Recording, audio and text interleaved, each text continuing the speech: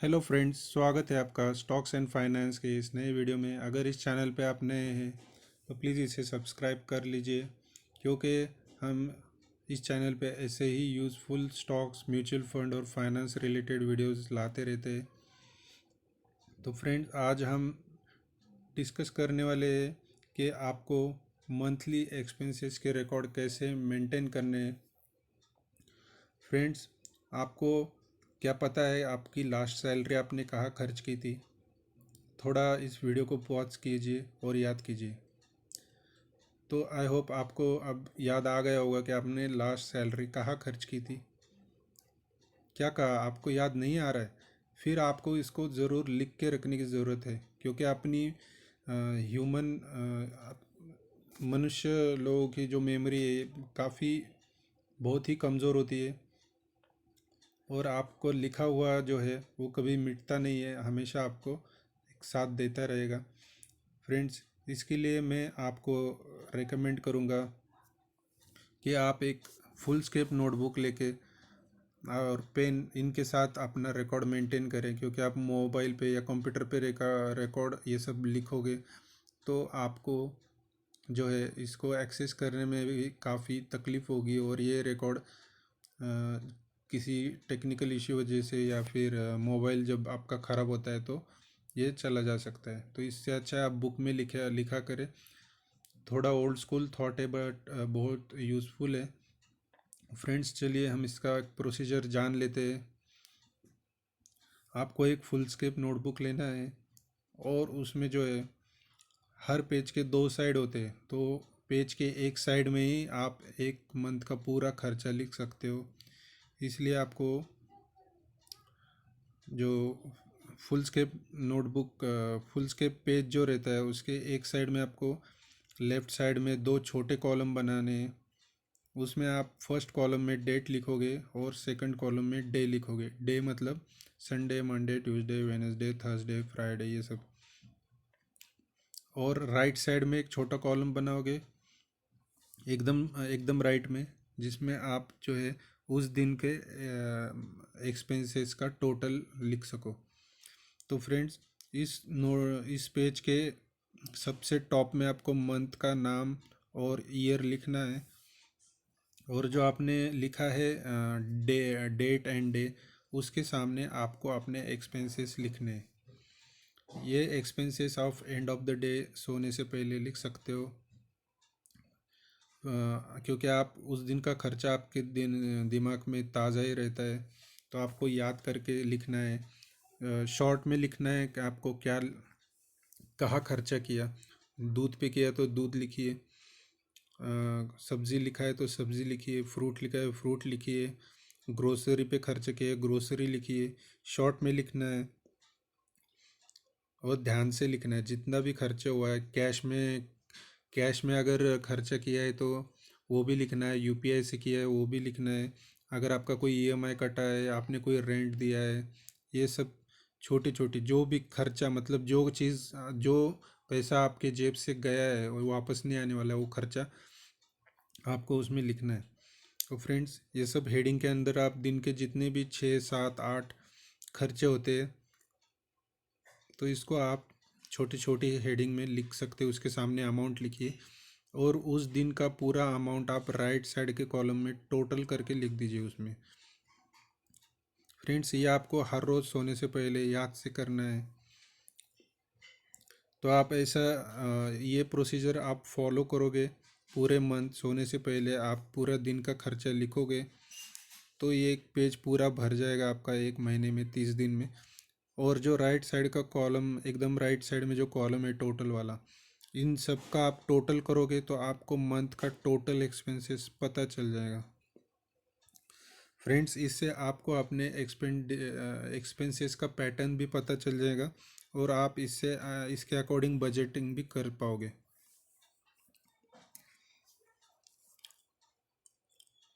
Friends, आपको कुछ और इम्पोर्टेंट मंथली डेटा भी लिखना है।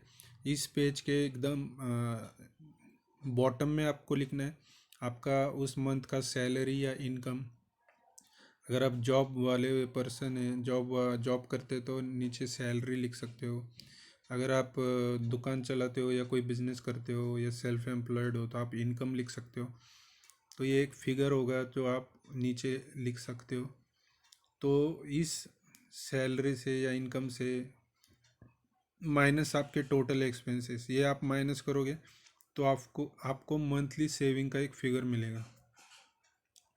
अगर आप आपके सैलरी से एक्सपेंसेस माइनस करते हो और अगर सेविंग का फिगर निगेटिव में आता है, मतलब आपका एक्सपेंसेस जो है आपके सैलरी से ज़्यादा है। अगर आपका ये फिगर प्लस में आता है तो मतलब आप अपनी सैलरी में अच्छे से मैनेज कर रहे हो। तो फ्रेंड्स, ये बहुत इम्पोर्टेंट फिगर है। सेविंग्स आप कितना कर रहे हो ये आपको इस चीज़ से पता चल जाएगा। फ्रेंड्स, इसी तरह आप मैनेज करते करते आपको इसमें से कुछ इम्पोर्टेंट हेडिंग्स है जिनका खर्चा आपको अलग से इसी नोटबुक के जो लास्ट के कुछ पेजेस है वहाँ पे लिखना है, जो आपको रेफरेंस के लिए हमेशा याद में हमेशा काम में आएगा। तो ये एक्स्ट्रा रिकॉर्ड्स ऐसे है, जैसे आप कहीं ओपीडी में मतलब आपके फैमिली डॉक्टर के पास जाते हो, आपके घर का कोई भी मेंबर बीमार है तो आप ओपीडी को मतलब डॉक्टर के विज़िट के लिए जाते हो, डॉक्टर चेक करता है, डॉक्टर की फ़ीस भी लिख सकते हो आप उस ओपीडी पेज पे। प्लस उसके बाद आपने जो मेडिसिन्स खरीदे तो वो भी आप लिख सकते हो। तो फ्रेंड्स, ये आपको डेट वाइज लिखना है। एक बार विज़िट करते तो एक बार पहले डेट लिखना है, फिर डॉक्टर, फिर ओपीडी सॉरी मेडिकल मेडिसिन के एक्सपेंसेस और उनका टोटल। तो इस तरह से एक एक पेज आप ये मेंटेन कर सकते हो और इससे आपका एक साल का रिकॉर्ड बन जाएगा कि आपका साल का ओपीडी एक्सपेंसेस कितना है। उसी तरह फ्रेंड्स, आपको आपका फूड रिलेटेड एक्सपेंसेस भी लिखने हैं। जैसे कि आपने डेट वाइज लिख सकते हो, कौन से डेट में आपने जो वेजिटेबल्स पे कितना खर्चा किया है, ग्रोसरी पे कितना किया है, फ्रूट पे कितना किया है, फिर बेकरी प्रोडक्ट्स पे कितना किया है, और सिलेंडर आपने अगर कोई भरा है घर में, प्लस अगर आप कहीं होटल विज़िट किया है तो वो भी खर्चा आप फूड के सेक्शन में लिख सकते हो। इससे आपका फूड पे कितना खर्चा है ये आपको एक आइडिया हो जाएगा। तो आप मंथली कितना फूड पे एक्सपेंडिचर हो रहा है ये आपको पता चल जाएगा। इसी तरह आप महीने में एक या दो बार मॉल ज़रूर जाते होगे, तो उसके लिए भी आप एक पेज पे आप इसका सेपरेट रिकॉर्ड मेंटेन कीजिए। लेफ़्ट साइड में डेट लिखिए, उसके आगे आप मॉल का नाम लिख सकते हो, उसके आगे आपने जितने भी रुपए वहाँ स्पेंड किए वो अमाउंट लिख सकते हो। तो फ्रेंड्स, जब भी आप जाओगे तो ये एक रिकॉर्ड आपका अपडेट होना चाहिए। इसी तरह मैं और एक चीज़ रेकमेंड करूँगा कि आप चेक डिपॉजिट करते हो, आपको किसी से चेक मिला तो आप उस चेक आप एक पेज पे लिखिए कि चेक डिपॉजिट रिकॉर्ड। तो उसमें आपको लेफ़्ट साइड में डेट लिखना है, बीच में चेक का नाम, चेक का नंबर लिखना है, फिर कौन से बैंक पे तो वो चेक ड्रॉ किया गया था, बैंक का नाम लिखना है, अमाउंट लिखना है। फ्रेंड्स, ये एक पेज आपको मेंटेन करना है। फिर नेक्स्ट एक रिकॉर्ड आप मेंटेन कर सकते हो कि डेट, आपने किसी को चेक दिया है तो उस चेक का नंबर, आपके कौन से बैंक के अकाउंट से आपने चेक दिया है वो चेक का नाम, उस बैंक का नाम, और चेक का अमाउंट, ये भी आपको लिखना है। फ्रेंड्स, चेक बुक में ये सब रिकॉर्ड के लिए दिया रहता है, पर जब आपका चेक बुक ख़त्म हो जाता है तो आप फेंक देते हो और आपके पास कोई रिकॉर्ड नहीं रहता है। तो ये एक बहुत इंपॉर्टेंट रिकॉर्ड है।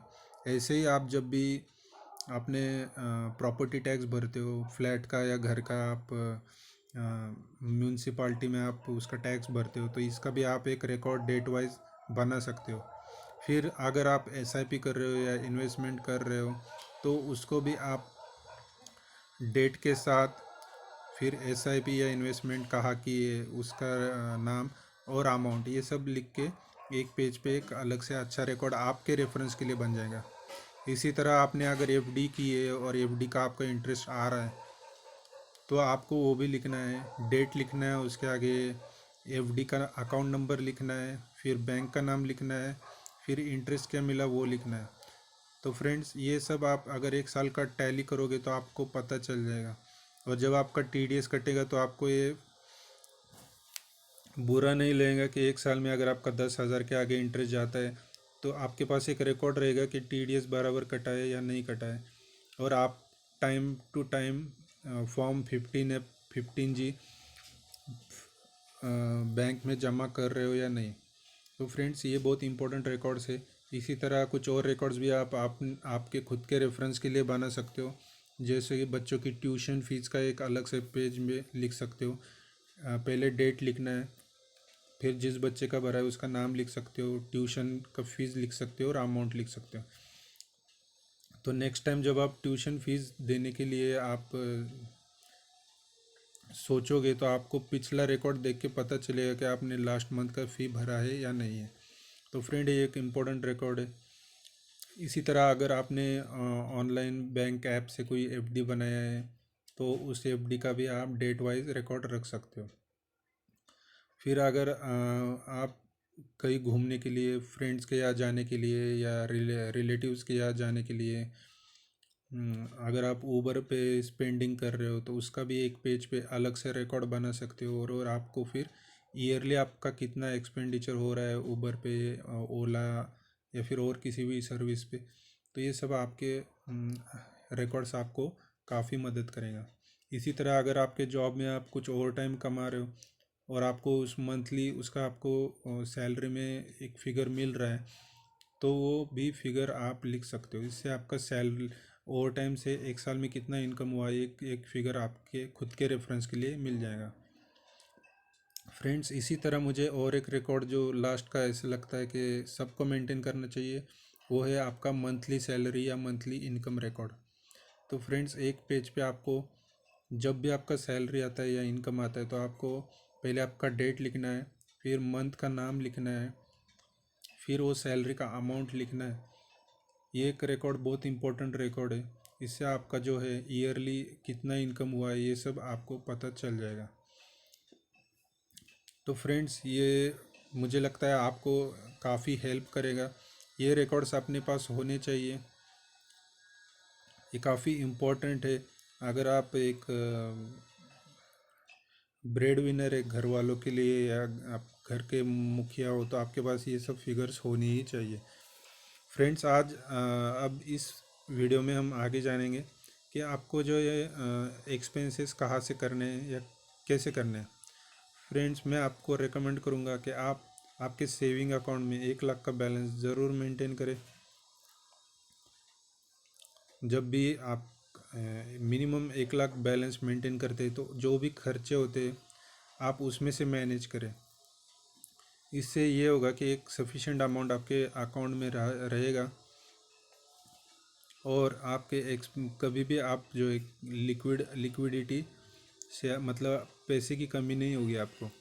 कुछ भी बड़ा खर्चा आता है जैसे बच्चों की फीस भरना हो या ट्यूशन की फीस भरनी है या सोसाइटी का एक्सपेंसेस आपको देना है, फ्रेंड्स ये सब के लिए आपके पास एक सफिशिएंट अमाउंट होना चाहिए।